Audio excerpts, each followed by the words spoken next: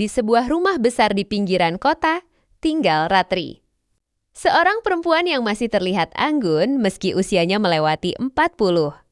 Ia tinggal sendiri setelah suaminya wafat 5 tahun lalu. Anaknya, Alia, baru saja menikah dengan pria bernama Dimas Elaki sopan, cerdas, dan penuh perhatian. Karena pekerjaan Alia menuntutnya sering dinas luar kota, Ratri menawarkan agar Dimas tinggal sementara di rumahnya agar tidak kesepian. Alia setuju, menganggap ibunya hanya ingin punya teman bicara di rumah besar yang sering sunyi itu. Awalnya semuanya wajar. Obrolan makan malam, saling membantu merapikan taman, dan bercanda seperlunya.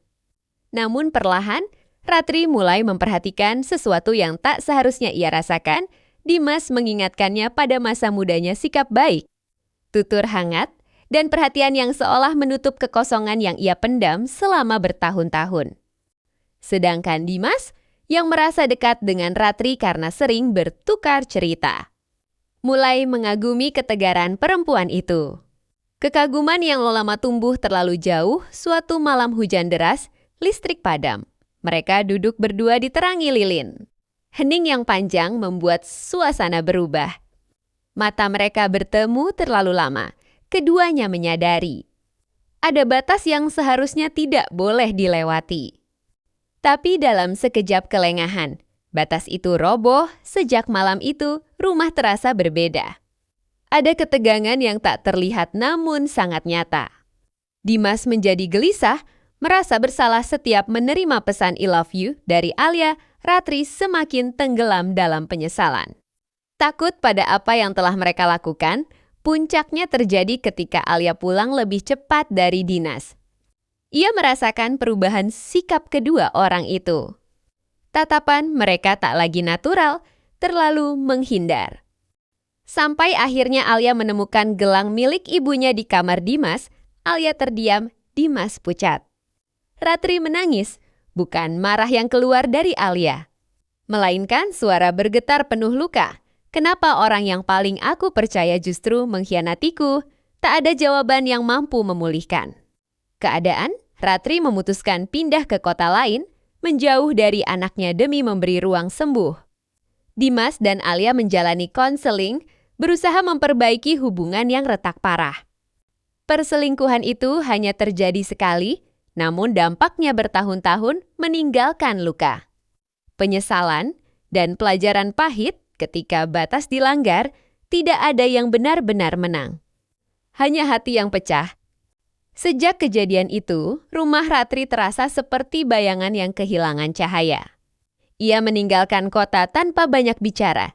Hanya sepucuk surat singkat untuk Alia, maafkan ibu suatu hari. Bila kau siap, ibu akan datang. Alia membaca surat itu sambil duduk di ruang tamu yang pernah penuh tawa. Kini yang tersisa hanya sunyi dan pecahan kepercayaan. Dimas mencoba memperbaiki semuanya, memasak makanan favorit Alia, mengajak bicara, menunjukkan penyesalan. Namun setiap kali Alia melihatnya, luka itu kembali terbuka. Kadang malam-malam Alia diam-diam menangis, bertanya pada diri sendiri apa yang kurang darinya. Sementara Dimas menahan napas di ruang sebelah, merasa terjebak antara menyalahkan diri sendiri dan berharap diberi kesempatan kedua. Meski begitu, Alia adalah tipe perempuan yang tidak mudah menyerah kalau kita berdua tidak berusaha. Tidak ada yang akan berubah, ucapnya suatu pagi. Mereka mulai menjalani konseling pernikahan secara rutin. Pada awalnya, sesi-sesi itu hanya berisi diam dan air mata. Namun perlahan, ada ruang untuk berbicara. Mereka membedah luka, mengurai penyebab, dan menghadapi kebenaran yang tak nyaman. Sementara itu, di kota lain, Ratri memulai hidup baru. Ia tinggal di rumah kecil dekat pantai. Setiap pagi ia berjalan kaki di tepi laut, mencoba berdamai dengan dirinya sendiri. Namun rasa bersalah tetap mengikuti seperti bayangan. Ia selalu membawa foto. Alia Domhinder bahwa suatu hari ia harus kembali, entah sebagai ibu yang meminta maaf atau sebagai seseorang yang harus menebus kesalahan. 1 tahun berlalu, Alia mulai pulih. Dimas berubah bukan hanya menyesal, tapi benar-benar memperbaiki diri. Hubungan mereka tak kembali seperti dulu, namun ada arah baru. Lebih terbuka, lebih jujur, lebih hati-hati. Suatu hari, tanpa diduga, Alia mendapat pesan, "Aku ingin bertemu. Hanya jika kau sudah siap, Ratri." Alia membaca pesan itu lama sekali, tangannya bergetar. Air matanya jatuh begitu saja. Dimas melihatnya dari kejauhan, mendekat, dan berkata pelan, "Kalau kau ingin bertemu, aku akan mendukung apapun keputusanmu." Alia mengangguk. Ia memutuskan pergi. Pertemuan yang ditunggu dan ditakuti, pantai tempat Ratri tinggal begitu tenang. Angin sore membawa aroma laut. Alia melangkah perlahan, melihat ibunya duduk di bawah pohon cemara. Rambutnya tertiup angin saat mata mereka bertemu. Tidak ada kata-kata.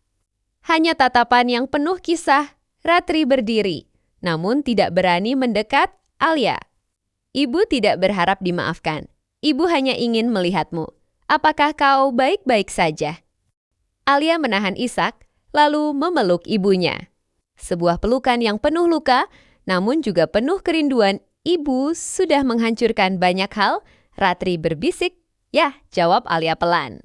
"Tapi kau tetap ibuku." Itu bukan pengampunan penuh.